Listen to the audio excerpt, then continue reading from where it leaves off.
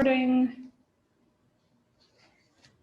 So yes, homework you have, which is due tomorrow at 5 p.m. I got one email about using USGS and how it was difficult to download. Sometimes I found this website a little bit finicky, so you do have to sometimes put some good effort into figuring out how to use it. And about 1 in 10 times that I go on, it actually basically will time out before you actually download the data set. And in that case, I suggest waiting a few hours and then trying again, or you could try a different internet browser.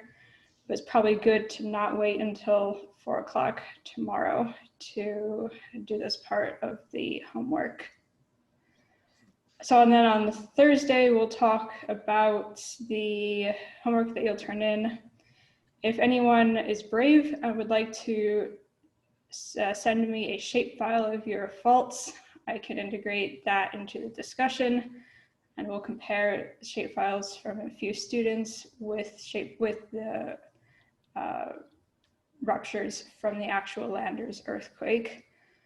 My default would be to not include your name, but if you send it to me and you would like me to reference that it's specifically your mapping, then please let me know and I can do that. And please send your homework as one single file, ideally as a PDF. It gets more challenging to grade and keep everything straight if you send things as multiple files.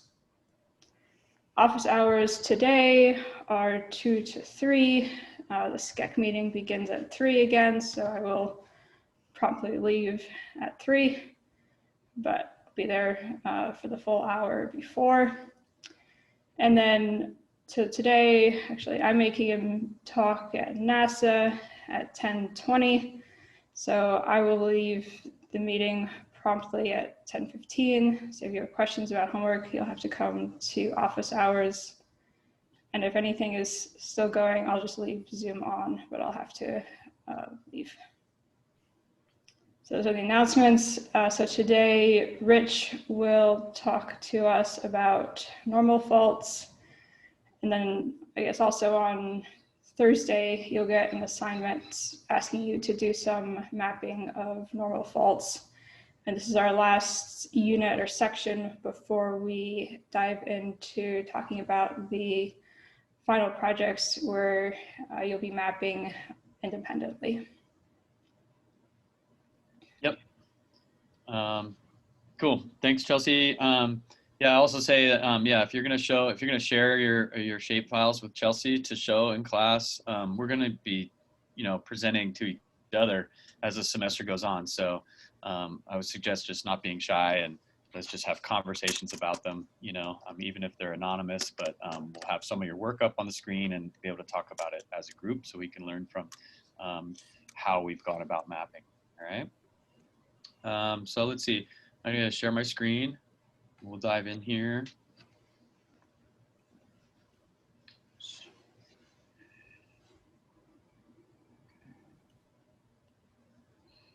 Can everyone see my screen? Yes. Okay. Sounds good. Okay, so we've gone through some lectures on reverse faults and strike slip faults. So today I'm going to talk about mapping tectonic faults from geomorphology as far as they relate to normal faults.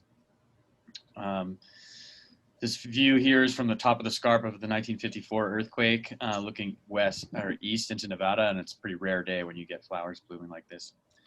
So I thought it was kind of a nice photo to start out with. Hold on a second. Sometimes you have to click, yeah. I got it. So a little outline of topics I'll cover today. Kind of go over some normal faulting environments, or where we find normal faults.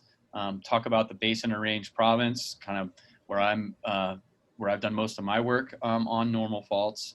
I'll go over geomorphic features that we see along active normal faults, the types of things that we look for to recognize where faults are when we're mapping.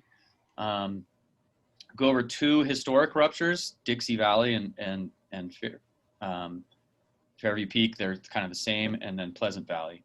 and then show examples of mapping normal faults from some mapping that I've done, and just point out certain features on those maps to help us recognize things that we're going to be mapping. So first of all, so normal faulting occurs all around the world. Here's a little distribution.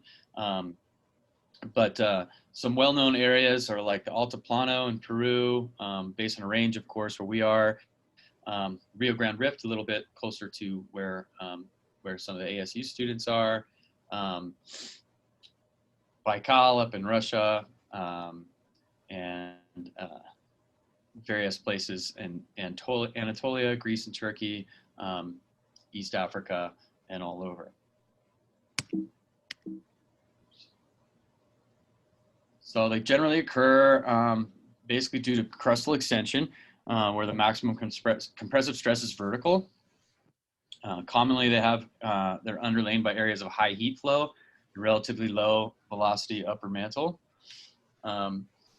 They occur in a wide array of geological environments, spreading centers, back arc basins, intercontinental rift systems, areas inboard of continent-continent collision in Asia, and also subduction zones. That's kind of an area of normal faults you wouldn't really expect to see them, but it's due to flexing and horizontal compression of the subducting plate as it meets the subduction interface. And that's somewhat similar to, we also see them above reverse faults like we discussed about last time. So where you have hanging wall extension above a reverse fault. Some of those normal faults can be pretty sizable. Okay. So now I'll get into the basin and range, area I'm more familiar with.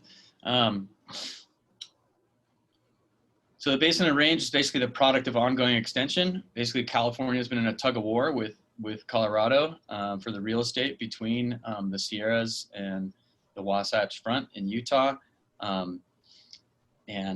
topography is related to a long tectonic history, starting with subduction of the Farallon plate, which resulted in crustal thickening and elevated topography in the region of the basin and range. So the basin and range on this image on the right is all this region where my cursor is. Here's the Sierra Nevadas here. And this cartoon on the left just shows its relation to the coast of California, San Andreas Fault. And one thing you'll notice is the orientation of the San Andreas Fault is slightly different it's a little bit more northwesterly than the orientation of faults in the basin range. So the image on the right is more north-south oriented. So faults in the basin range are north to northeast trending, and faults of the San Andreas Fault system are northwest trending. So that slightly different orientation has resulted in some stretching of the interior of Nevada. So we know about crustal extension through GPS, and so here this shows the GPS network in red and blue dots here on the lower left, GPS station in the upper left. But these arrows just show that generally the Pacific plate's moving about 50 millimeters per year to the northwest. In central Nevada, the length of the arrows is related to the speed of the crustal velocities. So in central Nevada, it's basically characterized by east-west extension at really low rates. And then it picks up as you move to the west and starts to bend a little bit more to the northwest. So this is the crustal extension that is driving the current extension in Nevada. When you add the faults to that, you can kind of see that nearly every mountain range is bounded by active faults. We literally have thousands of active faults in Nevada. So here's a fault map of Nevada, and it's colored by age of activity. So this is the same fault map that's used with the U.S. Geological Survey Quaternary Fault Fold database. And what you can notice from this image is there's just several red faults in here in the central. This is known as the Central Nevada Seismic Belt. These are historic ruptures. And there's a lot of orange and yellow faults. So those are faults that have had activity in the last 130,000 years for yellow. and the last 15,000 years for orange. You also notice a lot of purple faults, which are just noted as being quaternary active, but there's just not a whole lot of activity or not a whole lot of research on a lot of these faults. So they could have earthquakes that are younger, but not quite yet defined or not looked at yet. But again, each mountain range is generally bounded by an active fault. Each basin is similarly sized, so about 15 to 20 miles across or so. And that's the physiographic expression of active faulting in Nevada. So there's various models that have been proposed over the years for how this all works. G.K. Gilbert recognized in the 1800s that faulting was occurring along basins, talked about basin and range, topography. Then we get into the 1950s and 60s. There's a lot of active research going on with the oil and gas industry, geophysics, looking at subsurface structure. But generally, it's thought that there's some combination of tilted blocks and asymmetrical half grobens. So a tilted block model, shown over here on the left in A, is where one side is moving down relative to the other side, and then you can see the basin sediments filling in there.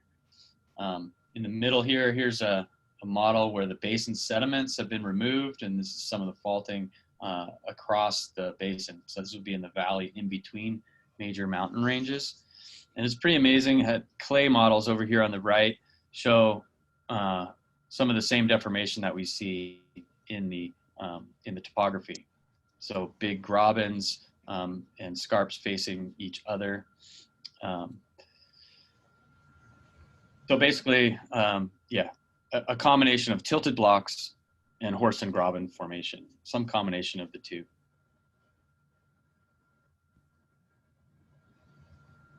Here's a little bit more modern view of that from Burbank and Anderson, showing sort of how these mountain blocks are tilted through time, and basins are filled, and there's multiple faults. There's a master fault and antithetic faults maybe on the other side of the basin.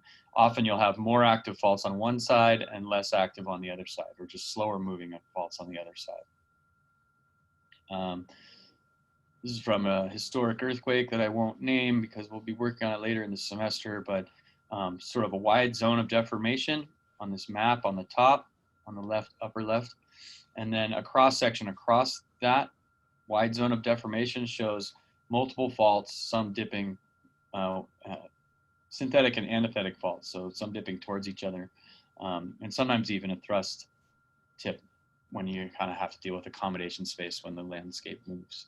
This cartoon at the bottom, it's just a cartoon, but it just generally shows that you have mountains and a basin, but the faulting is pretty complex, and you can have faulting up in the bedrock itself along the margins of the basins.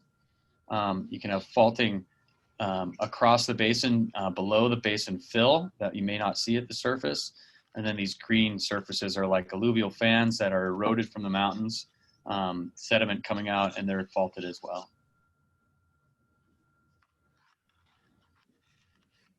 So some of the geomorphic features that we look for when we're mapping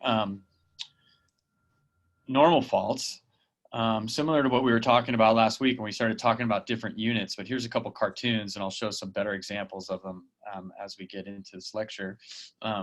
But here's a cartoon right here in the upper right, and this was actually sketched from a photograph, and it shows some of the different stratigraphic units that we use to help sort of figure out where faults are.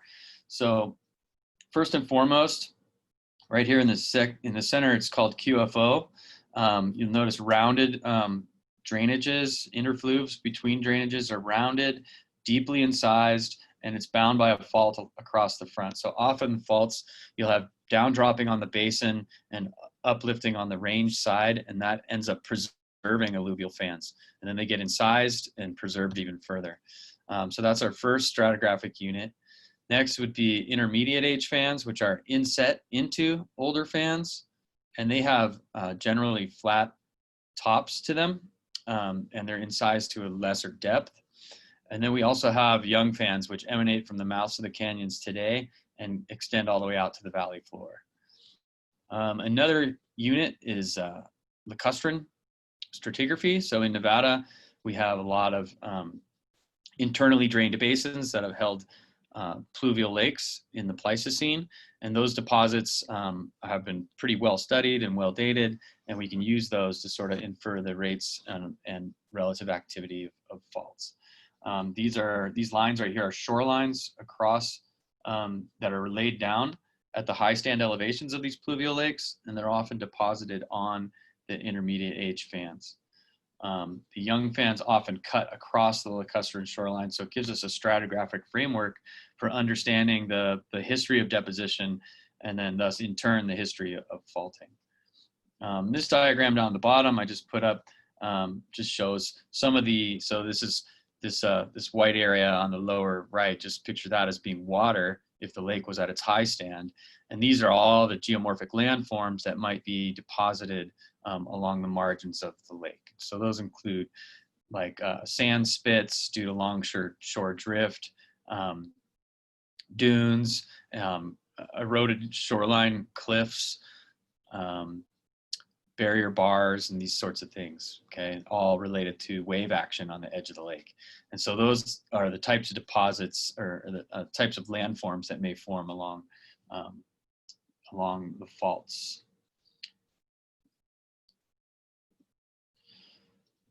So variable rates of deformation. So, oops, sorry. So when you have fast uplifting ranges or slow uplifting ranges, they leave a very different geomorphic signature on the landscape. So with fast moving fault, relatively fast, I mean, these rates on normal faults are still in the tenths of millimeters per year. So a fraction of what's on the San Andreas. But when you compare them to each other, relatively fast uplift ends up being, so this upper panel, and if you look across, on the left side, you had young fans depositing near the range front, and they're overprinting and depositing on top of older fans. You get large facets, triangular facets, and I'll show some pictures of those in a minute. And if you look at this picture in the middle, the facets would be these dark gray triangles. And so this is the eroded mountain front. Oops, sorry. Max acting up. The eroded mountain front. So every time there's an earthquake, it rejuvenates a scarp, and these canyons cut through. They're known as wineglass canyons. And you get some back tilting also of the basin towards the fault when you have these fast moving systems. And so that allows the proximal river in the valley to be close to the range front. So an example of that is the Toyabe Range here, where you have these really big triangular facets and wineglass canyons. In contrast, when you have a relatively slow uplift, the younger fans tend to incise through older ones and deposit further into the basin, which forces the axial river to be farther away from the range front. You have smaller facets here in between fans. And here's an example of that from the Antelope Range. So in contrast to the Toyabe Range above, the facets are not as well developed. So here in the top, you see these really nice triangles, whereas down here, they're more eroded and not as well developed. So some more examples. Here's the Genoa Fault south of Reno. Here's a picture of it on the upper right. Lake Tahoe is indicated. What you can note from this is also these wineglass canyons and strong triangular facets. So this is a relatively fast moving fault system and a pretty sharp range front fault scarp along the range front. The picture on the left shows a kind of a close-up of the scarp. It shows up nice in the afternoon light. So when the sun is to the west, it highlights the scarp. And so this scarp is about 500 years old. And there's two events on this fault in the last couple thousand years. And here's a map showing the range front system. One thing to note from the map is it's really sharp range front system for a lot of its trace, but it also has steps in it of a couple of kilometers. And also in the northern end, it breaks up into numerous other active faults on these steps. So on the other end of the basin range in Utah, the Wasatch Fault is really similar to the Genoa Fault, where it has these beautiful triangular facets. It's also a relatively fast-moving fault system. It also has scarps running along the front of the range, as highlighted with this kind of dark shadow, right, where it's pointing to, right there. You can also see the fault scarp here in this lower picture as this sort of shadowed scarp along the base of the facets. So Chris Duras at the U.S. Geological Survey has done some really interesting work with dating the events along different sections of the fault. So this center panel shows the Brigham City segment, the Weber segment, and the Salt Lake City segment. And the reason they're able to break them into segments is they have different earthquake histories. So these PDFs, probability density functions of the age of events, are shown in red and blue. And so you can see that here that the Weber segment has had no earthquakes in the last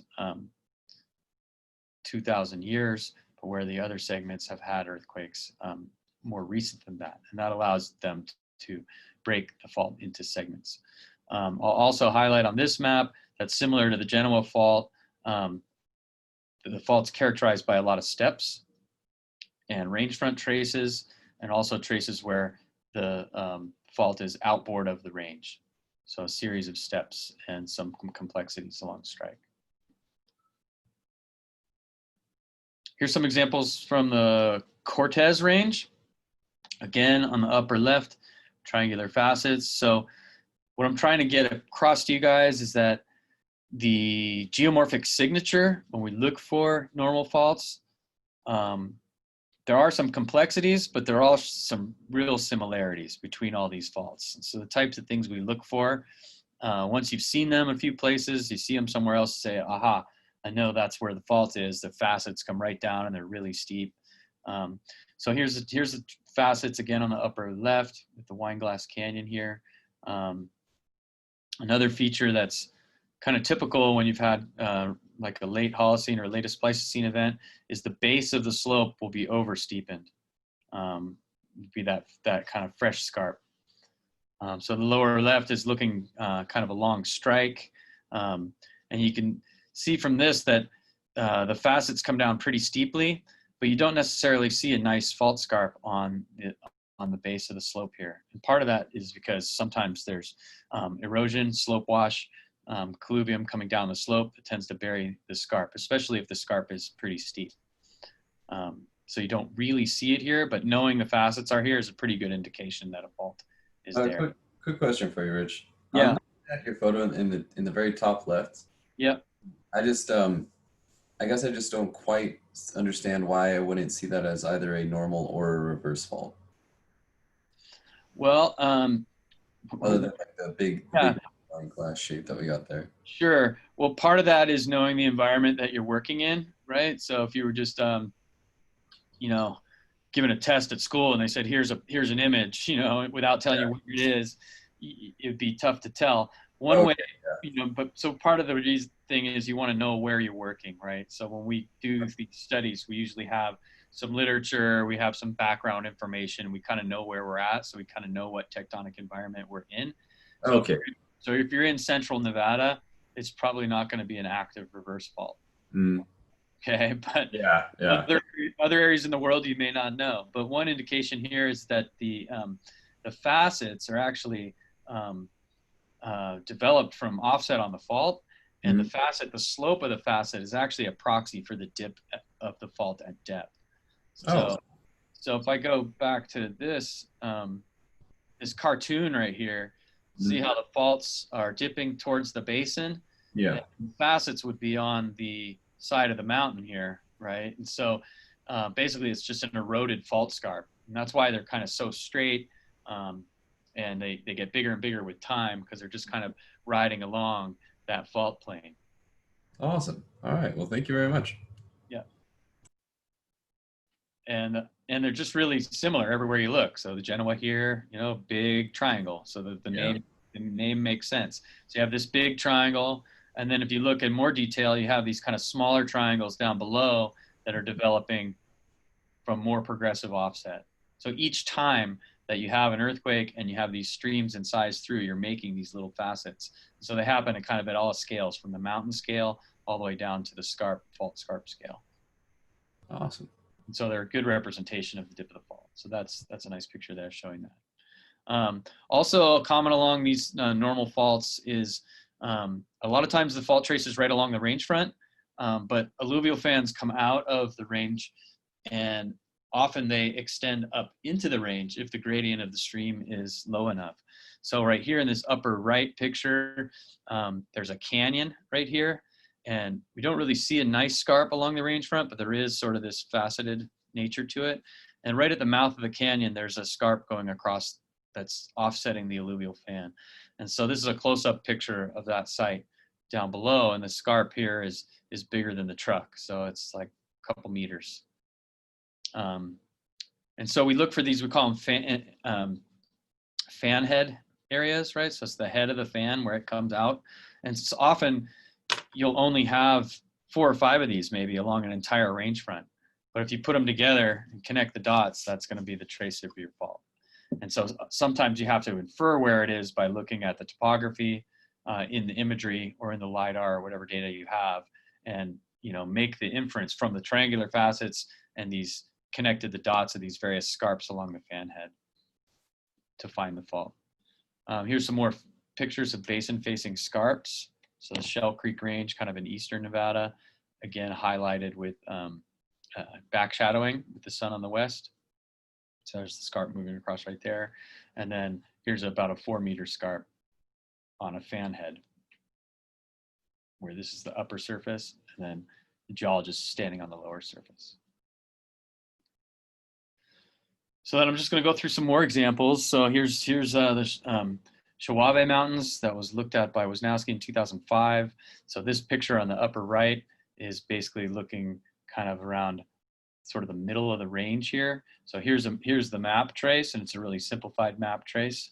But what you can notice from this map on the left is there's places in the range where the crest of the range is tall, and there's also places where the crest of the range is rather small, like over here. And also in the southern area, there's places where the trace of the fault extends outboard of the range front.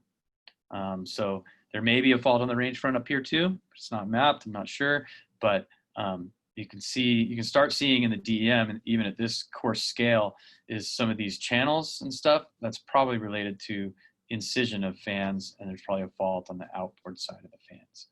So in these pictures down here, we can see that. So this picture right here in the middle is from this trench site up here. So these hills right below the trench site here that I'm circling with my cursor are these hills right here. What you can notice from here is a pretty kind of a sinuous fault trace that runs along here, has a little step, runs along there. So you can see the complexity. There's little steps even at the sort of at the fan scale. This picture here on our lower right is down near this trench site. And again, you have this kind of sinuous trace, and it's generally outboard or basinward from the bedrock exposed. There's also an escarpment along the bedrock, this shadow here, but all of these in between this scarp and the bedrock are remnant alluvial fans, okay? Here's the Humboldt Range. So there was some trenching done here that shows 2 events, one about 4,600 years ago and one about 1,900 years ago. I show this one for just to remind myself to tell you that you must be careful separating shorelines and fault scarps. So when you look at this picture in the upper right, this is a photo looking kind of to the south, where the fault is projecting out into this valley. This is the Humboldt Range in central Nevada. And one thing you can get from this picture is this deeply incised alluvial fan remnant. And so it has a scarp running across the front of it. And then, so that would be a QFO. And then here's an intermediate age fan that's incised into it with these kind of flat topography in between these channels. Whoops. And so the fault scarp is hard to find, but if you look really close, there's this white line, and I'll trace it with my cursor, that runs right here. Okay, and it kind of cuts across some sort of parallel lines like here. So these parallel lines are shorelines related to pluvial Lake Lahontan, which reached its maximum about 13,000 years. And so this escarpment where my cursor is right now is not a fault scarp. It's actually kind of eroded into the fan by the high stand of the lake. But the lake deposits are actually offset along this scarp, which ends up projecting along the front of this abandoned old fan. So we can use two things, the scarp, looking for the scarp, and then also looking at the geomorphic surfaces to find where the fault is. And then back to our discussion on triangular facets, this old fan has a fault around the front of it. And if you look closely, there's some sort of juvenile facets even in the fan deposit. So here's some diagrams from the paleoseismology textbook. Just shows the colluvial facies related to scarp degradation. So you start out with a vertical face, and through time it erodes through slope wash and collapse of the vertical face. And there's various facies of a colluvial deposit. There's a free face, a debris slope phase, and a wash slope. The wash slope generally has finer materials that are transported by sort of surface erosion, surface wash erosion farther away from the scarp. On the right shows subsurface colluvial stratigraphy. So this process of scarp degradation is often preserved along faults as more earthquakes happen. So you may develop fissures. Oops, I keep doing that, sorry. You may develop fissures, deposit colluvium, and through time, you may deposit more colluvium on top of it. And so these packages are what we use in trenches to sort of start figuring out the age of events by dating these packages. Okay. Another way to figure out the age of scarps is by using diffusion analyses of fault scarps. So diffusion analysis is basically just a differential equation that relates the position of a point on the slope and its elevation to time. This term over here basically defines the curvature. So once you know, so you can survey profiles in the field or with profile tools in ArcGIS or QGIS. But once you know the slopes and you know the offsets and an estimate of mass diffusivity, which is this kappa term, you can estimate the age of scarp. So these show just two scarps, one relatively young on the top and one relatively old on the bottom, and then running synthetic curves of the diffusion until you can get a good match to the actual surveyed scarp gives you an estimate of the age. So we get about 9,000 years for this scarp and about 55,000 years for this scarp. And as you can see, the upper one is big and pretty sharp crested and has a steep face, whereas the lower one you can barely see it because it's just a small scarp. Okay. Another way we look at the deposits or working along faults, and this doesn't really relate to our mapping per se, but it just goes to show that exposures of soils within the alluvial fans can be used to correlate them along a fault. So when we're mapping, we think of the relative age of these different surfaces, and we can see a lot of surfaces that are similar age that are elevated the similar amount above the fault. We can kind of get an idea of the activity along the fault there. So these pictures show the white accumulation of carbonate in the soils, and the bottom plots are clay percent depth plots. And basically, it just shows along the red line that all of these have about the similar depth of development of B horizon soil properties with carbonate, indicating their similar relative age. So what would be a fault discussion about normal faults without trenching? I don't want to get too into trenching because we're not really doing too much with the subsurface, but I will show a couple trench logs to just illustrate a couple points. So we've been talking about scarp degradation and colluvium that acts to modify or mute the shape of the scarp through time. If you have, so this trench log right here in the Tyabe range, if you have sediments that are cemented by carbonate, they may not erode in that classic scarp diffusion way. And so this shows dark gray and light gray, two different colluviums that are kind of preserved below the scarp. But this one in particular has a lot of aeolian input and not that much erosion of the scarp. The scarp has remained kind of vertical. Here's a couple more that show just the differences that we see along strike along a normal fault. So the upper one shows a graben, where there's faults on the right and on the left, and a fissure here, and 3 different ages of colluvium filling this graben. And that colluvium is likely sourced by a small stream that's cutting through the scarp just to the south of this trench site, but filling the void. Every time there's an earthquake, it creates this graben. So on the surface, you might see a surface scarp and then a back-facing scarp as well. This one here in the middle is the more classic diffusion of the scarp, where you just have colluviums, stacked colluviums. And then here is just the subtlety of it all. This is just one event, a really small event. The scarp's only about ½ a meter. So it just goes to show that when you're mapping, you may not see it, and you may need to use other geomorphic criteria to help find it on the surface. So we showed these last time. We talked about these indicators on the left for mapping strike slip faults, all these indicators here that I've written down that describe the geomorphology of the scarps as you're mapping. So you can do sort of the same thing for normal faults, and there's no real rhyme or reason to it. You can kind of make up your own symbols, but or abbreviations. But in general, triangular facets and grabens are really common. Scarps, oversteepened range fronts, wineglass canyons, beveled scarps, where a scarp may have a change in slope that may indicate more than one event. Zones of distributed fracturing. These are things that you can kind of keep track of when mapping normal faults.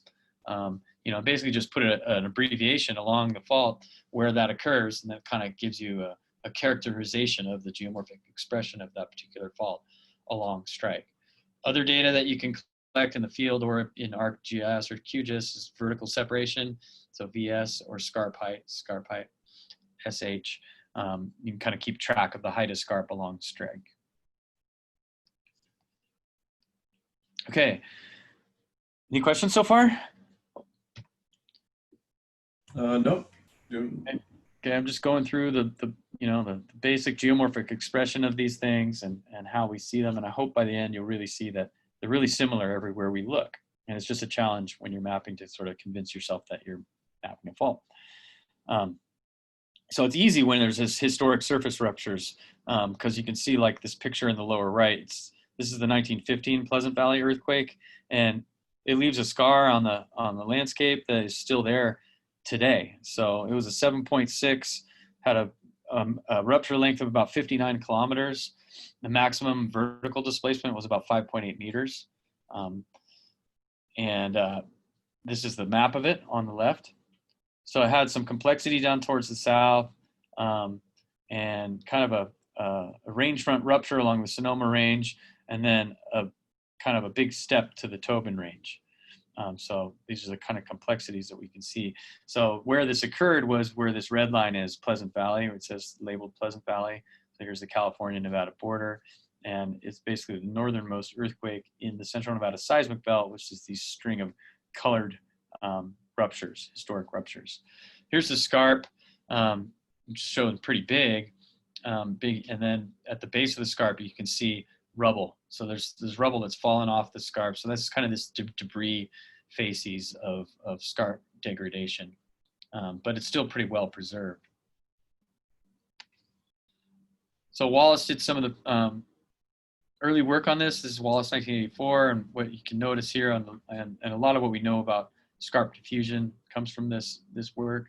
But you can see there's different forms of the scarp. These are some of his original profiles, where there's also a graben right here in this middle profile. And then the other profiles show a slight bevel or change in slope, indicating the occurrence of a paleo earthquake. And the photos on the right, the upper right, is just to give you an indication that the ruptures can rupture into the mountain itself. So here's a rupture along the front of the range, but then there's also a parallel rupture further up on the mountain, cutting across here.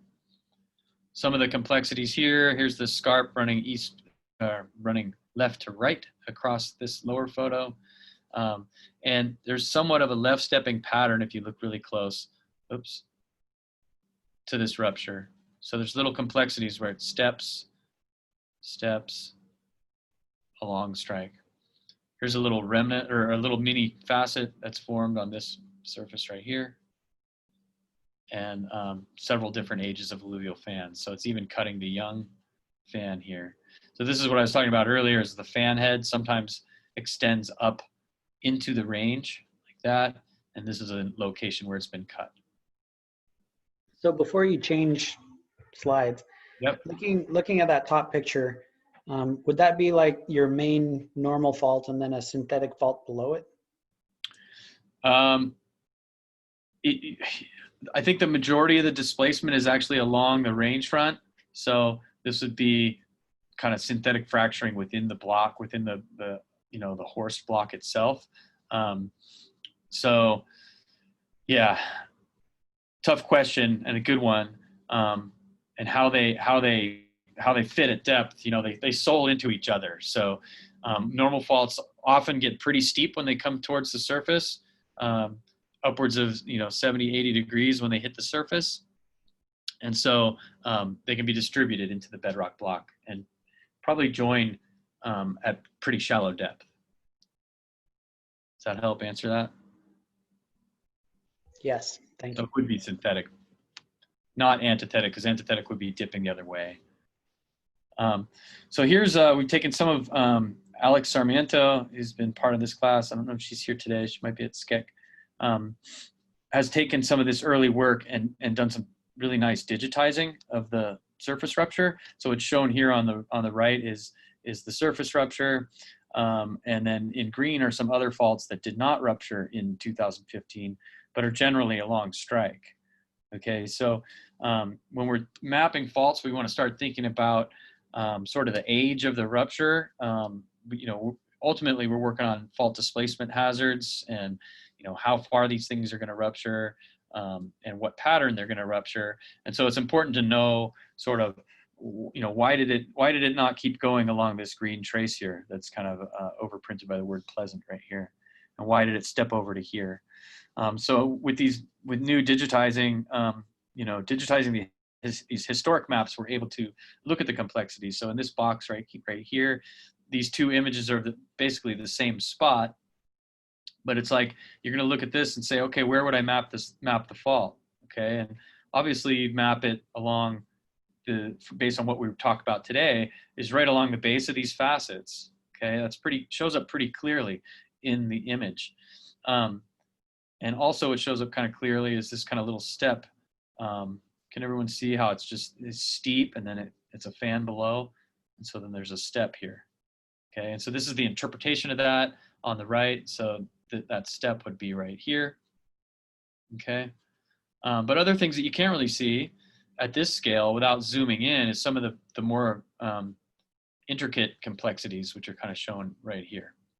Okay, so when you're working on normal faults, you want to deal with a bunch of different scales and zoom in, zoom out. Sometimes it's easier to see the faceted range front when you're zoomed out, but you'll need to zoom in to see some of this intricate detail. Okay. Here's another set of ruptures. So this would be in the blue here, Fairview Peak and Dixie Valley, and they actually occurred about 4 minutes and 20 seconds apart from each other, which is pretty amazing. So big earthquakes. Started out with a 7.2. This is in 1954, a magnitude 7.2, and then 4 minutes 20 seconds later, a magnitude 6.8 in Dixie Valley. The Fairview Peak rupture was 67 kilometers long, and the Dixie Valley was 45 kilometers long. Both had max displacements in excess of 3.5 meters and up to 4.8 meters in the Fairview Peak. Here's some pretty famous photos. So this is pretty early in the study of paleoseismology. And some could argue that some of these two earthquakes really spurred some of the early work done by Slemons, who's referenced here in earthquake hazards. But anyway, here's a geologist here in the middle picture on the scarp of the Fairview Peak rupture.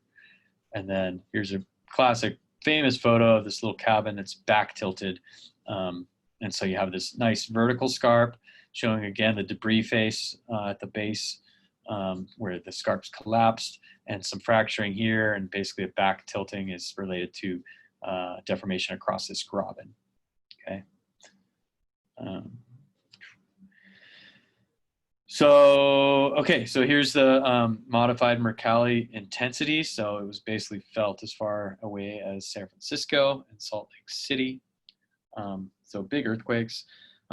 Here's what we've been talking about. This nice scarp along the range front is the 1954 rupture. So based on what we've been talking about, does anybody find another scarp?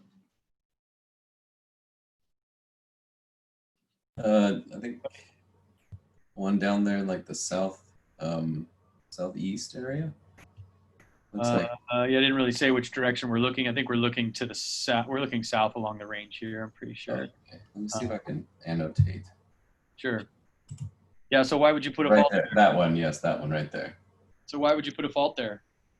Just because there's like there's a step off, and it looks like this is like an erosional. It looks like it's pretty eroded, like right in here. This area looks pretty eroded, and then down here it looks kind of like a newer fan surface. Exactly. So, oops, sorry, let me go back. Yeah, exactly. So this is what I've been talking about. Here's a kind of would be like the old alluvial fan, right? And it's preserved above a scarp. Oh, does it continue like? Yeah, it continues over here. Yep. Yeah.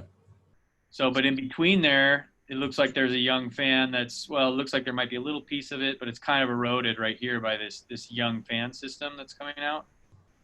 See that? Yeah. So, but it's on both sides of it. And then another thing to note is there's this other kind of higher surface right here that may or may not have a fault in the front of it, and also has sort of, so this is like a graben across here. Mm. So there's just cool. Yeah, I see that. This extension going on, right? So you have this master fault along the range front. We have quite a bit of deformation extension along synthetic and antithetic faults that extends into the basin a certain degree. Yeah. So when you can start looking at the geomorphology and at the fan distribution, it really can start to pick out where these other faults are. So again, here's some profiles. This is Caskey's work in 1996, but again, you see sort of vertical scarps. This is 3.8 meters on the top. And then also scarps with grabens of different shapes. So John Caskey walked along this whole thing and measured offsets. So this is a slip distribution along strike. So you can see the kind of some of the complexity in the mapping. Again, similar to Wasatch and the Genoa, and on all these faults actually, there's little steps. There's places where it's really clean along the range front. And there's also areas where it gets pretty messy, where there's a bunch of parallel traces and rupture complexities, especially right here on this lower plot in the area known as the bend. But generally, you can see how the slip is distributed along the rupture, with a max being about 3.8, sort of here in the middle. So this is the Fairview Peak rupture here, and this is the Dixie Valley rupture down below. So again, similar to Pleasant Valley, here's the bend area showing some of the complexity. Here's an uninterpreted image and an interpreted image. And I think after you've heard this lecture today, you'd have no problem saying, okay, there's a fault along the range front here, no problem.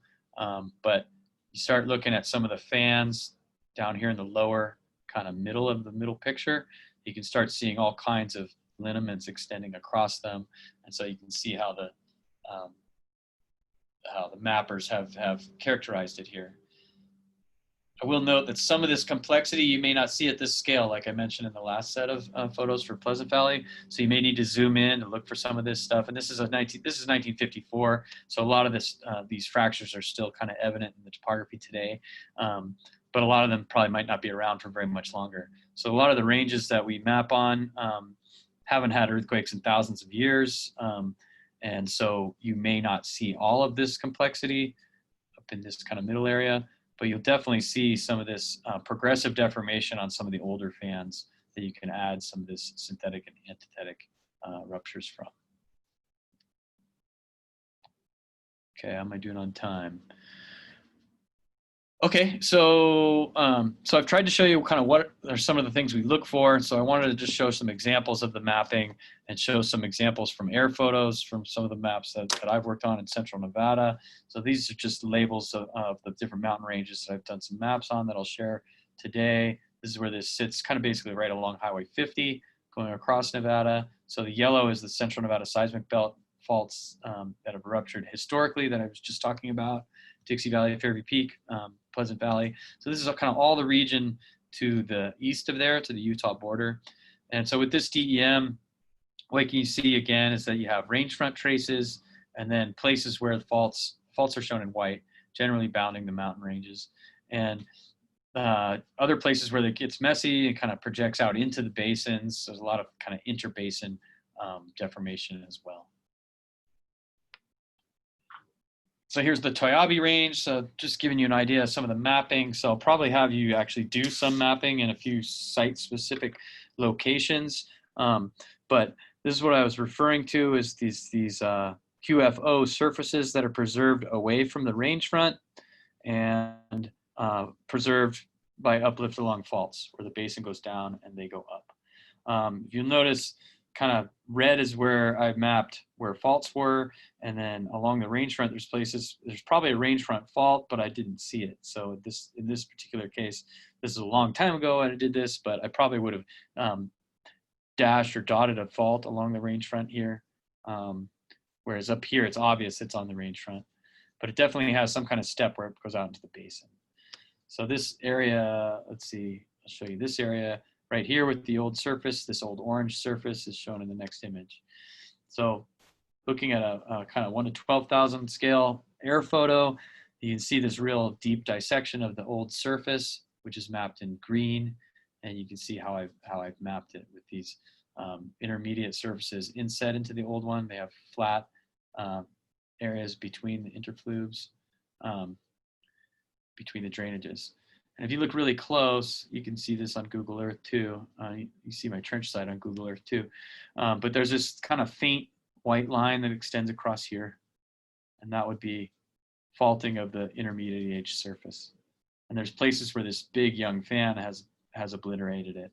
So you have 3 different age fans, and you can kind of find where the fault goes across by looking at differences in tone on the air photo and the geomorphology itself.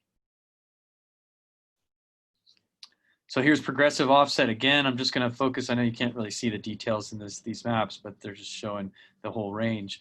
But in the close-up, the fault along the right side of the image in the middle extends along bedrock in the north, a pediment, an old fan surface, and then an intermediate fan surface.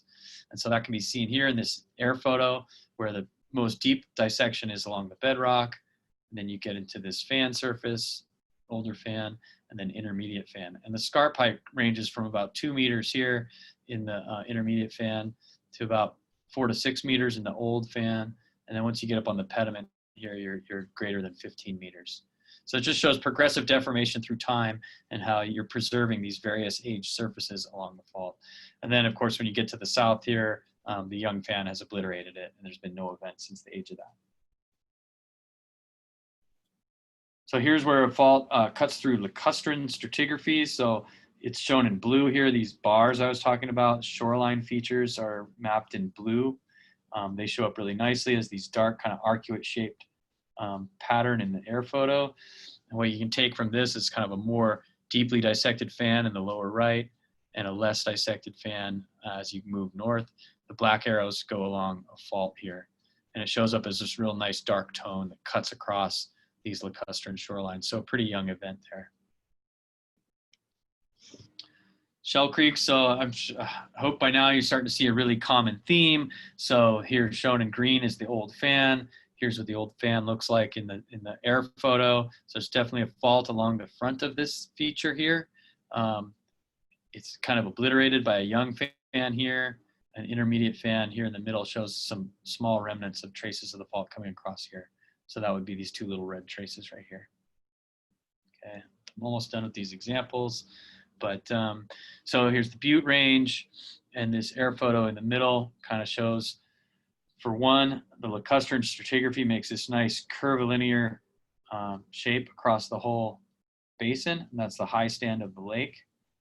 Okay, it's the high stand of the lake is not evident where there's young fans cutting across it, like this big kind of white toned fan in the middle. And then when you look at the bedrock, you can start to see this nice shadow along the base. That would be the fault. Okay, and then it gets kind of iffy in here. You kind of start to lose it, but I see it again here where the cursor is. And then cutting across the fan here. So here's that fan head I was talking about. So again, really common features, have these fans extend across the fault and up into their host canyon. And you look for these little shadows that indicate where the fault is. And so this is just an interpretation of this upper right corner area. And this is a photograph of the fault, which is about 4 meters, or the scarp, which is about 4 meters high in this fan head location. I think this is the final map I have. And so the map is showing in purple, and then in green and white on the right side is bedrock, and then the purple is a pediment.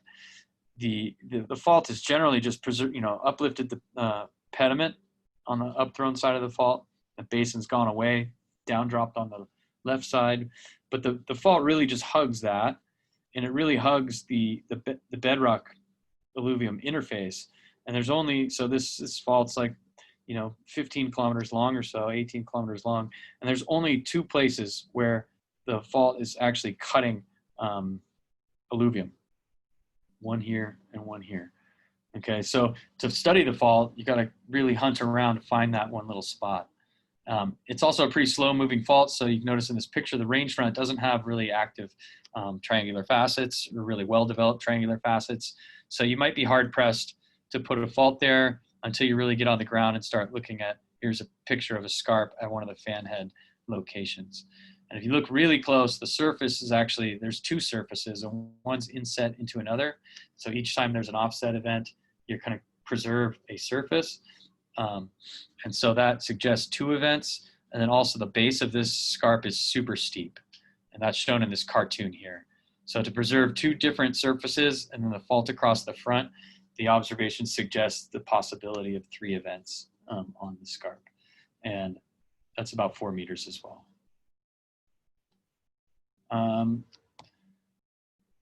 Okay, so I don't expect you to see all the information in here. There's a lot in here. This is kind of the culmination of a lot of the mapping across Nevada, but the numbers along the horizontal axis correspond to faults, which are named and mapped here. This is just kind of faults across central Nevada. And each symbol is the occurrence of an earthquake. Stars and squares and circles indicate different things. The solid ones are in the central Nevada seismic belt right here. Scarp diffusion ages are stars. And earthquake since a particular time is a square. But the point is, there's been a lot of earthquakes in the Great Basin or in the Basin Range. But the occurrence of, and the rate of the occurrence of earthquakes is much greater in the west and in the east. So along the Wasatch and along the Genoa or the Sierra Range front, where I showed the incredibly well-developed triangular facets. It's relatively faster moving faults than what we see in the central part of Nevada. But nonetheless, we still see some pretty good geomorphology of preserved fans, scarps, and grabens in the central part of Nevada. But the recurrence of earthquakes is on the order of tens of thousands of years or so.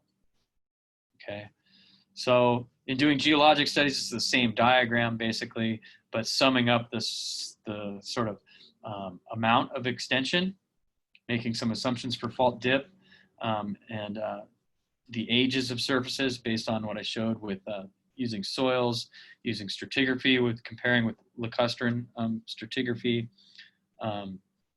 No absolute dates, actually. I wish I could have had some absolute dates when I did it. But you get some general ideas of the ages of some of these earthquakes, and you can add up the amount of separation, vertical separation, calculate the amount of extension on each fault, and resolve a component of extension across the whole region.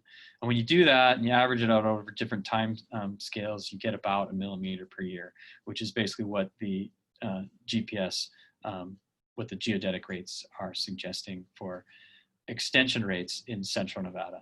So what that basically tells us is that the physiographic expression of mountains and ranges has been caused by faulting, and it's been relatively constant in time through at least the late Pleistocene. So, so that's, I think, the end. I had a couple other maps if I had time, and I'll just throw these up here as just one more set of examples. And I don't have photos to go with these or whatnot, but you can just kind of see the map trace, which is what we're mostly focused on in this class for our projects, is mapping the faults and trying to figure out where the faults are.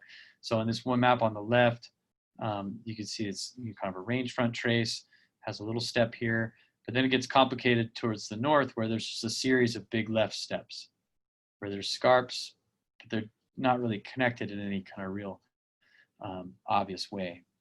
Here's another one here. So in green is this old fan surface. There's a range front trace and then this old fan surface. And so quite a complex network of kind of faults and grabens that are quite a good distance away from the range front.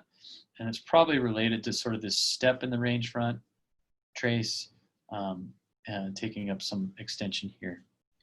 And these are pretty much too small to see. I don't really want to get into those. But so I hope you've seen that there's a lot of similarities on all of these faults.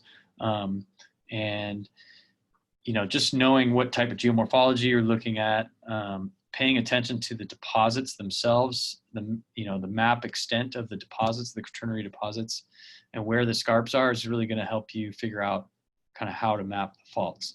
And knowing what the range front morphology looks like, where there's facets and where there's not, kind of gives you an indication of how much activity is occurring along a particular trace.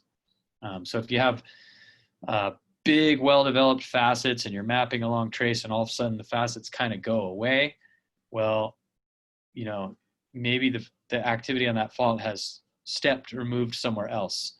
And in particular, out into the basin, kind of leaving the mountain range to erode and become more degraded and maybe preserving an older fan further out in the basin. So you just kind of have to hunt around for that geomorphology when you're mapping the faults. And so I'll be putting together a mapping project to give you on Thursday and dealing with some of these concepts. So any questions so far? Discussion? I had one quick one, but I might need we might be running out of time, so maybe after class. We have 10 minutes left, and I was going to basically, if I finished up early, I was just going to kind of go into some of the questions. Slide actually right here. So I'm looking at this, right, and I'm looking at like this area, like these kind of things right here. Would those be like more of fluvial terraces then? Like that would be my initial thought. Would either be like these kinds of like these like segments of like. Yeah, they're actually shorelines. So okay. When the lake was, so the very upper, so you can see this fan surface here is pretty light toned, right? It has high albedo, and you can see this kind of dark band going across the front of it, right? Right. So up slope of that is a fan. Downslope of that is a fan that's been covered by a thin veneer of beach gravels, and so this indicates the high stand of the lake. Okay, yeah. Now I see the same thing kind of like right in this area.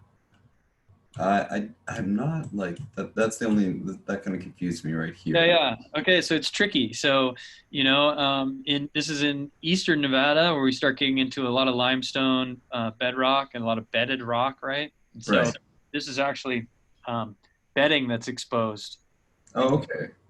And so the way to get around that is just to go, okay, when you're out in the basin, you have kind of these concentric lake kind of landforms. Mm-hmm. But when you see this real deep incision in these valleys and stuff, you can kind of assume that you're in bedrock. Yeah.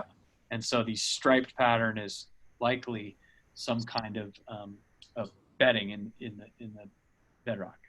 Oh, okay. Yeah, I think you can see it down here along the southern part of the bedrock exposure too, as there's some subtle bedding in there. Yeah. Yep. Okay. Cool. Yeah. The beach berms will form at the high stand, and then as the lake recedes and establishes a high stand again, or not a high stand, but a lower recessional stand, it'll develop another beach as long as it's stable for a little while, and Mm. then it'll drop a little bit more. And anytime it's stabilizing, it's building beaches as the waves are chucking gravels over the back of the beach. And so you end up getting these concentric sort of landforms. Yeah. All right. Sweet. So is this the actual image you use to make that map? Or, I mean, I'm sure you're probably going out to the field and looking at these things too, but are you using like digital elevation models, or are you using just like stereo imagery, or just this I'm specific? using mainly, this is in 2004. So I was mainly using air photos and stereoscopes and looking at 3D with a stereoscope, right? We are currently getting LiDAR data for big chunks of the state of Nevada through some Earth MRI mapping programs that you're in economic geology, right, Sean? Yeah, so you may have heard of Earth MRI, and it's just an initiative to look for lithium and other resources. But as part of that project, they're getting LiDAR for big chunks of Nevada, which is going to really help our work. I did these maps a really long time ago, so it'll help sort of refine some of that mapping. There were various different types of imagery at different scales, different air photos. NAPE, what's that, Nevada Aerial Imagery Production Program or something, had some pretty good kind of false color and color images. But no, we didn't have real detailed DEMs when we were doing this mapping. So I guess my point here is that when you really study the geomorphology and look at the different tones, you can still pick out kind of where the fault goes. And then obviously, these photos are from the field, and when you go and actually double check things, at it. But once you've done it a bunch of times in one range to the next range, and you see that it has real similar geomorphic expression, your confidence grows as far as being able to where to draw that line. Yeah, just looking at some of these maps that you've produced and looking at the actual image here, it's kind of hard to see the detail, I guess. But yep. And maybe that's a product of inexperience too. So no, it's a product of the maps being too small for you to really see. So like this big photo in the middle is really just kind of like this section right here. So I just put the maps up basically so that you guys can see, just pay attention to the red lines, just to get an idea of the kind of the pattern of what these things kind of look like, and then as far as the interpretation on the photo, this one on the right is just the upper kind of corner of this one. You can kind of match up this drainage right here with this drainage right here to kind of see how I tried to interpret it. But yeah, showing the maps is mostly just for the map trace, so you guys can see kind of the map expression on these maps. I realize they're small. They're meant to be, wall-sized maps. Okay.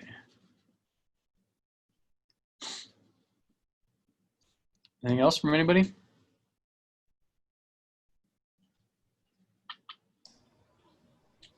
Nada. A few minutes. If there's questions, or we could go to the reading questions. Yeah. Let's see. I didn't get a chance to go through them all yet. They're pretty good. I like that some of you got together with each other, look at some of the questions. There was one question about how what the age of soils are and how long does it take soils to develop when you're looking at colluvial wedges. In general, it takes about at least 1,000 years, at least 7,000 to 10,000 years to really develop, to see a real market change from the parent material in the soil when you're thinking about age and how long that soil is developed. I don't have the questions right here in front of me unless I stop. There are a couple of questions about landslides, which I guess we've talked about some hints before for distinguishing landslides from faults. Okay. Yeah. So landslides, one way to distinguish landslides from faults is that landslides should have a beginning and an end. Right. So it should have like a head scarp on some steeper topography, and then it should come out to the front of the range, and will usually end in, like, they call it hummocky topography.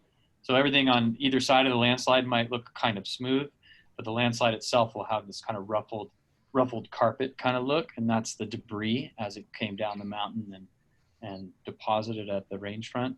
So they'll have kind of, if you're looking at a range front along its extent, a landslide will have ends to it. Okay, the range front will continue, but there'll be this kind of maybe a discontinuity in the range front where the topography kind of has a little embayment. There'll be a head scarp, which is kind of looks like a scarp, but it's more arcuate in shape. You know, you may see a shadow on the image or something like that. It's more arcuate though. Does that make sense? Is that to everybody? It's just a smaller feature. It doesn't extend along the entire range front. There's some faults, like what Chris was showing the other day, where, you know, on reverse faults, where the entire mountainside is being kind of flexed and folded, and the whole front sort of has collapsed into landslides. So you can have landslide complexes that extend for quite some distance along the fault, but generally you're going to see sort of some debris cones and toes extending out past the fault. That'll kind of help you differentiate between a landslide and an actual fault scarp. So at 10:15, I do need to go. Hey, Chelsea, quick question. I didn't think to ask in the beginning, were you recording? Yes, this will be online. Okay, good. So sounds good. Thanks, Chelsea. Have fun in your presentations. Maybe I'll see you at SCEC. Everybody else, I will hang out for a few minutes if there's any other questions, because I don't have to run quite yet.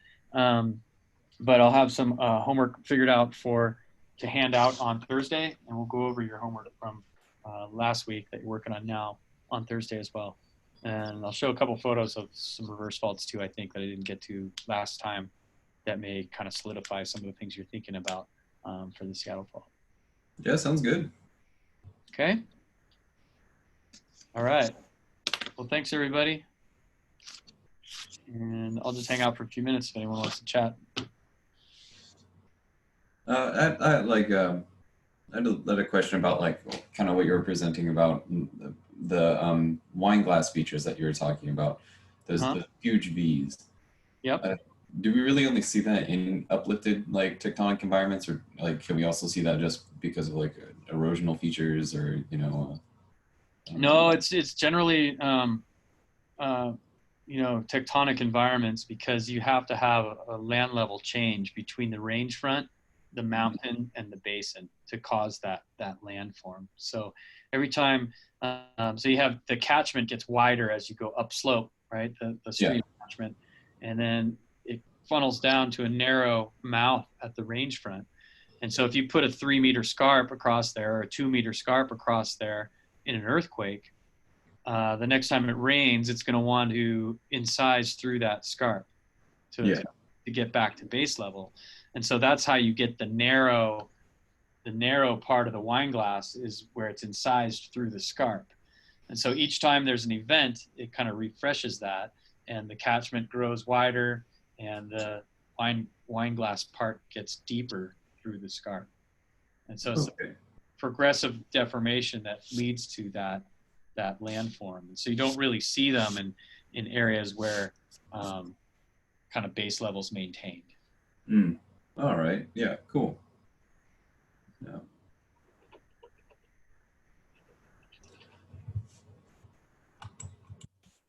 Yeah, just I was seeing that, and I was just wondering, like, if, you know, like, there was, like, stream orders or anything like that, but that makes sense, because if it's constantly being uplifted, then it would need to kind of carve into that.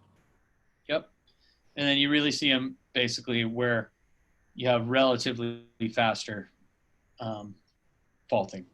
Oh yeah, yeah, that makes If sense. it does, if you have more time in between, then that narrow neck of the wine glass, can widen out, and it doesn't quite have that sharp Yeah. wine glass shape. Okay, cool. That's awesome. Yeah. So it gives an indication of time. Mm-hmm. So I had a question from the reading that I thought was kind of interesting. So looking at that Idaho fault that he talked about in the book, I don't remember what it was called, but they said there was like a 2-meter depression during the fault, right along just below the fault scarp. Mm-hmm. And then as soon as the fault scarp ruptured, it uplifted like 1.5 meters, and that like 2-meter depression disappeared. Is that typical, or is that something we would ever see? Generally not. I'd have to actually look back to that exact quote there. There was some pretty amazing eyewitness accounts of the earthquake where, hunters were out in their Jeeps hunting deer, and they saw it. They saw the ground come up, they saw the scarp come up out of the ground. And so some of their observations have been, there's been a couple papers summarizing their observations of the eyewitness accounts. So I'm not sure exactly what that one was. There's some kind of depression, might have been part of the graben or something like that. And having it disappear, I don't know. I mean, maybe it ruptured as a kind of a graben, and then as you continued to uplift the mountain front, maybe that went away a little bit. There could also have been some sand boils or some, liquefaction or some other secondary effects that could explain that. So sorry, I don't have a really great answer for that, but I'll try to look into it and see what they actually said. I don't remember that exact line. Yeah, I can go back and maybe I'll send you an email where it was at, page and such. But Yeah, sure. I just had never heard of anything like that before. So yeah, no problem. If you want to highlight exactly where it is, I'll take a look. I'll get back to you. Good. When we're looking at like the scarps on those alluvial fans, like for the geomorphology, Mm-hmm. we've talked about how like a lot of times like the scarps can kind of disappear over time in an environment where it's like where there's definitely like some like geomorphic processes going on. Wouldn't those go away like I guess faster? I mean, other than like those channels being abandoned and those fans being abandoned, wouldn't those scarps like kind of start to like erode down to like a normal slope? Yep. You hit the nail on the head. It's dependent on the climate, the amount of rainfall, and also the materials that are preserved in the scarp. If you have just like lake sediments that are just like sands and gravels, they're going to degrade quicker than if you have, say, a carbonate cemented soil or something like that, or Yeah. bedrock. Some of these scarps in the 1915 rupture are in bedrock, right? So they're going to be preserved for a long time. But some of these scarps that are out in the basins, they're going to go away. And then in other parts of the world where you have a lot more rainfall and such, you may not preserve them for very long at all. Mm-hmm. In the basin and range, generally, once you get past about 100,000 years, your scarps tend to start to go away. So, I showed those historic earthquakes. You have maximum offsets of like 3.8 meters, 4 meters. But in general, the ruptures are more typically, about 1 or 1.5 meters or something like that for a lot of these faults in the basin and range. So, if you have a 1 meter scarp, you may not be able to recognize it after about 100,000 years.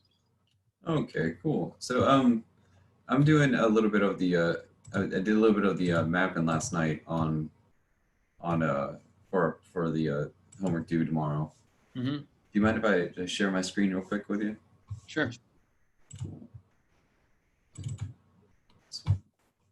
So I've got a few of the faults in, and I saw like obviously like these ones down here, these guys going this way.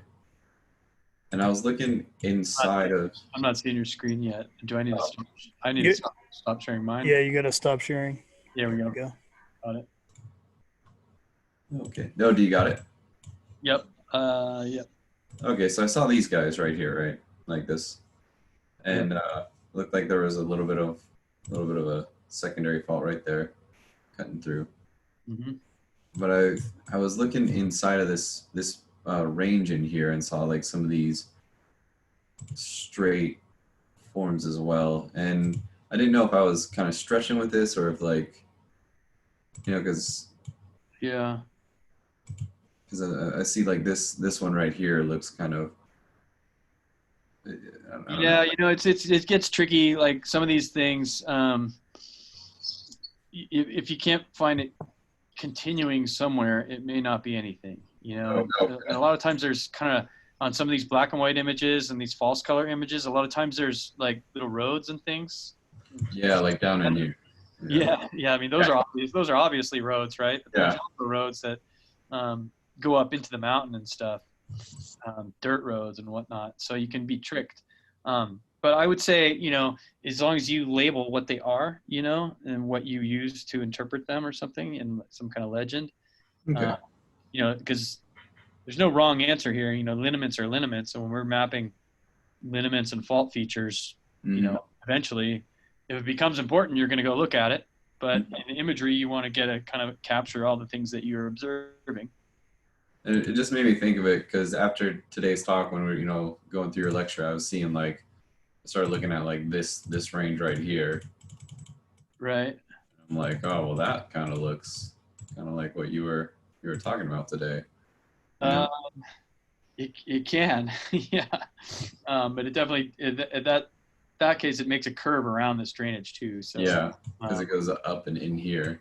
Yeah, and down that neck of the woods, you get a lot of kind of deposition along the bedrock. So you're kind You of don't see those like wine glass forms or anything like that. you don't see anything like that. So you're kind of burying these kind of isolated bedrock edifices, that are sticking out of the ground.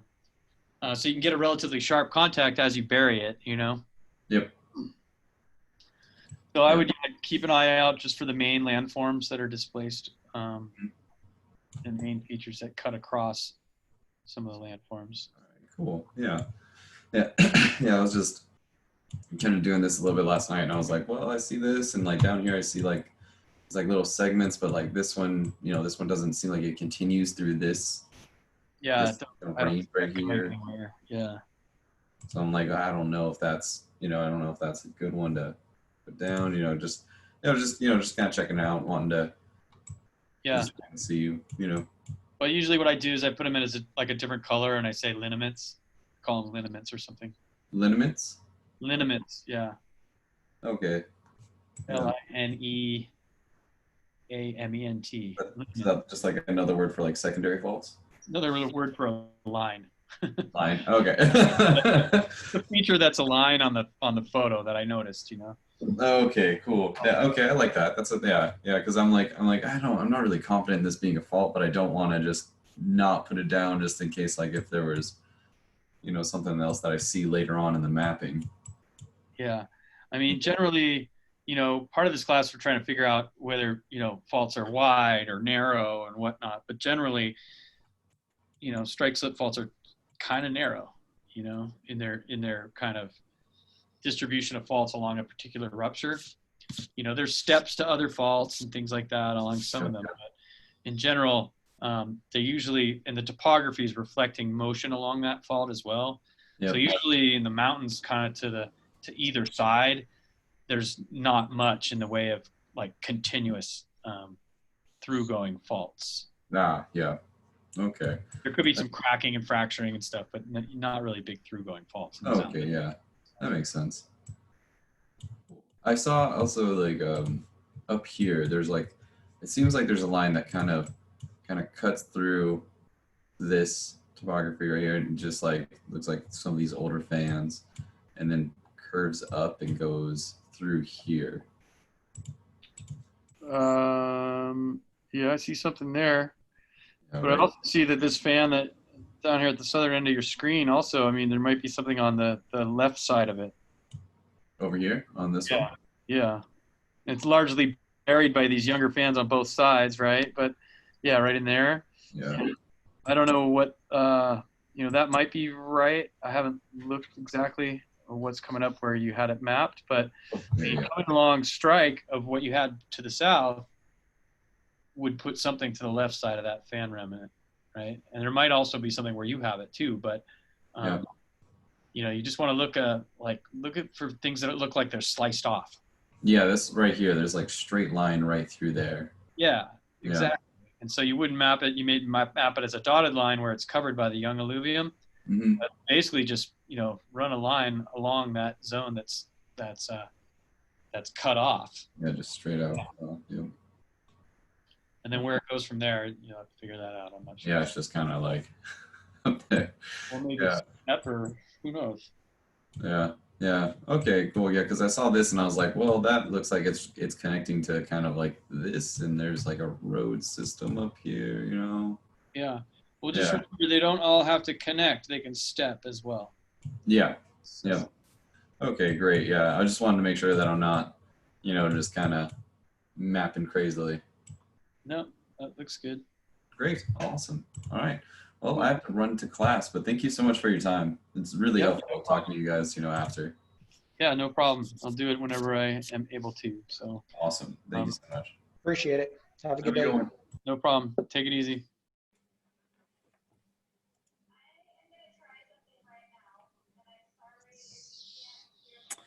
Hey, no questions, just sticking with the meeting to hear everything. Cool. I've got that fear of missing out, so I can't log off until I've heard all the discussion. Right on. All right. Talk to you later. Okay. See you, buddy.